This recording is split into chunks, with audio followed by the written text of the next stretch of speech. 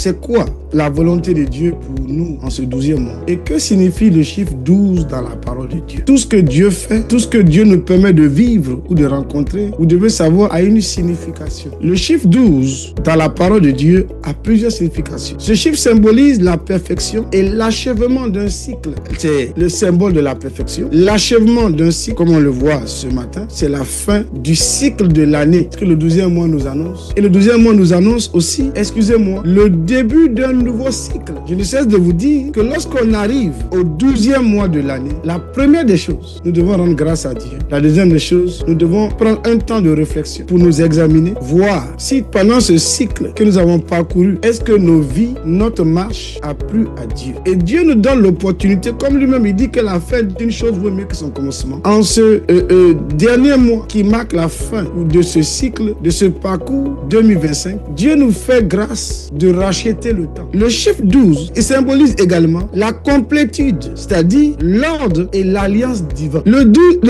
12e mois, qui est le dernier mois de l'année, mais qui est aussi le premier mois de l'année, selon le calendrier biblique, selon la parole de Dieu. Dieu a dit à Moïse, il dit, mais ce mois sera pour vous le commencement des mois. Il sera pour vous le premier mois de l'année. Donc, regardons un peu. Dieu ne voit pas les choses comme nous voyons. Nous voyons que le mois de décembre, c'est la fin d'un cycle, d'une année. Et la fin d'une année, on doit se réjouir. C'est bien beau. Dieu nous dit, quand vous lisez Philippiens 4, verset 4, la Bible nous invite à nous réjouir. Il est écrit, réjouissez-vous sans cesse dans le Seigneur. Je le répète, réjouissez-vous. On se réjouit parce que Dieu a été bon. Dieu a été fidèle. Dieu a été avec nous. Et nous sommes avec Dieu. Pourtant, Dieu a dit à Moïse, il dit, ce mois sera pour vous le commencement des mois. Il sera pour vous le premier mois de l'année. Je ne cesse de vous dire que selon le langage de Dieu, le mois de décembre, c'est la fin de l'année, c'est la fin d'un cycle, mais c'est le début d'une nouvelle année, d'un nouveau cycle. Donc notre manière de nous disposer, de nous préparer pour entrer dans la nouvelle année est très importante. C'est pourquoi ce matin, nous devons dire merci à Dieu. Ne prenez pas la vie pour acquis. Tu n'as pas idée des gens qui n'ont pas vu ce jour, des gens qui sont morts. Toi, tu n'as pas le temps de te lever pour prier Dieu. Tu n'as pas le temps de chercher Dieu. Toi, tu as un programme, ton programme tu peux pas le changer, l'adapter au programme de Dieu. C'est toi d'abord. Tu t'aimes plus, comme je l'ai dit hier, tu t'aimes plus que Dieu. Pendant le 12e mois, on doit chercher Dieu. Tu peux fermer la porte sur ta vie durant le mois de décembre. C'est le mois où le monde des ténèbres fait aussi ses campagnes, ses promotions. C'est là où les mandats de Satan, du monde luciférien, est exécuté sur la terre. Mais je te pose la question. Es-tu enfant de Dieu? Est-ce que tu comprends ce que la Bible te dit? On te dit, Philippiens 4, verset 4. Réjouissez-vous. Réjouissez-vous dans le Seigneur.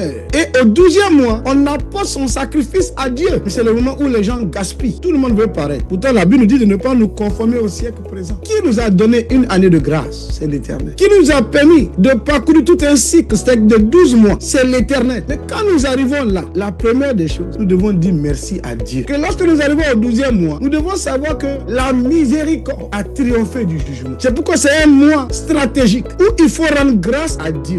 C'est pas parce qu'une année change que l'homme a changé. Un homme change parce que sa vie, il a laissé la parole de Dieu le transformer. Quand on lit la parole de Dieu, le chrétien ne change pas en fonction de l'année. La Bible nous dit, selon Romains 6, que lorsqu'on devient chrétien, enfant de Dieu, nous devons vivre maintenant en nouveauté de vie. Mais l'année change. Si Jésus n'a pas eu accès à ton cœur, si le Seigneur n'a pas travaillé en toi, tu restes le même homme. C'est pourquoi, chers amis, tous les jours du mois de décembre doivent être pour toi des moments de reconnaissance. Grave cette parole. Relis ça chez toi. Dis-moi, qui est plus bon que Dieu? Dis-moi, qui est capable de faire mieux que Dieu dans ta vie? Tu ne peux pas finir l'année dans la défaite. Tu vas finir l'année avec le cœur que tu as ou dans l'état dans lequel tu es. Mais il dit qu'il va nous guérir, il va nous restaurer, il va nous bénir. Au 12e mois, on s'attend à Dieu, on crie à Dieu et on s'attend à Dieu. Ce matin, dis-lui merci. Dis-lui merci. Apprenez à dire merci à Dieu. Père éternel, nous te disons merci. Merci parce que tu es un bon Père. Tu es un Dieu qui n'a pas de semblable. Seigneur, tu n'as personne qui soit comparable à toi. Qui peut être comme toi, Seigneur? Pardon de ne pas avoir été fidèle à toi. Pardon, Seigneur, de t'avoir irrité. Pardon, Seigneur, d'avoir été indifférent, rebelle et hostile à ta parole, Seigneur.